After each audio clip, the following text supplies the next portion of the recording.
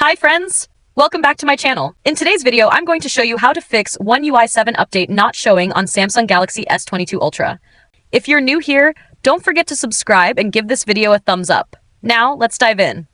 Step 1. First, unlock your phone and open the Settings application. This is where you can find various customization options for your device. Step 2. Now, scroll down and tap on Software Update.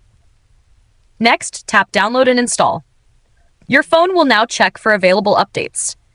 If One UI 7 is available, you'll be prompted to download it. If it's not showing, continue with the steps below to manually report the issue to Samsung. Wait a few moments while the system checks. If it still says your software is up to date, move to the next step. Step 3. While you're in the software update screen, take a screenshot by pressing the volume down power button together. This screenshot can be helpful to include in your feedback to Samsung. Once done, return to the main settings menu by tapping the back arrow. Step 4. From the screen, scroll down in the settings menu and tap on About Phone. At the bottom of this screen, tap on Contact Us. This will lead you to Samsung's support and feedback tools. Step 5. Now tap on the Send Feedback option. Next, scroll to the bottom, select the button and tap on Error Reports. This will open a form where you can tell Samsung that the update is missing on your device. Step 6. Within the Error Report section, look for an option called Frequency.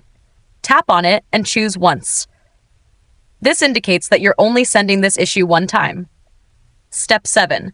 Next, go to the menu icon at the top, often 3 dots or lines. Tap on Gallery and select the screenshot you took earlier from the software update screen. Confirm your selection to attach it to the report. Step 8. For the last and most important step, finally, go to the message box and type something simple like, "Hello, my Samsung device has not yet received the One UI 7 update, even though it appears to be eligible.